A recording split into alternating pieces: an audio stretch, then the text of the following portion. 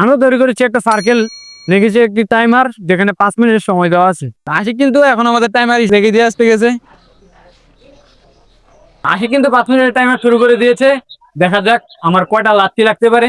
ও তো আপনাদের বলাই তো হয় নাই, 5 মিনিট সময় শেষ হওয়ার আগ পর্যন্ত যারা যারা সার্কেলে ঢুকতে পারবে, মানে শেষ হওয়ার আগ পর্যন্ত সার্কেলে থাকবে, তারা পাবে একটা করে লাত্তি। দেখা যাক কয়টা লাত্তি প্রয়োজন হয়। প্রায় কিন্তু 1 মিনিট শেষ হয়ে যাওয়ার পরও কোনো ছেলেরা ঢুকতেছিল না, যেটা দেখে আমি একটু ভয়েই ছিলাম। বাট এখনই দেখতে পাচ্ছেন একটা ছেলে কিন্তু ঢুকছে এবং তার বন্ধুকে ডাকাডাকি করছে। আমরা কিন্তু প্রায় 2 মিনিট শেষ হয়ে গেছে, প্রচুর ছেলেরা কিন্তু ঢুকতেছে।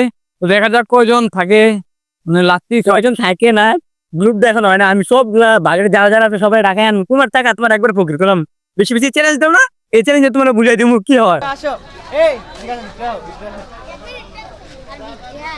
কোনো প্রকার সমস্যা নাই, দেখা যাক কে পরিশ্রম করে কয়জন যে ঢুকাইতে পারে। তো চলেন দেখি। দেখতেই পারছেন আর কিন্তু 36 33 মানে বলতে গেলে 30 সেকেন্ড টাইম বাকি আছে আর কি। দেখা যাক, ইতিমধ্যে কিন্তু প্রায় প্রচুর ছেলে ঢুকছে। রিবা তুমি গেলে সার্কেলের বাইরে।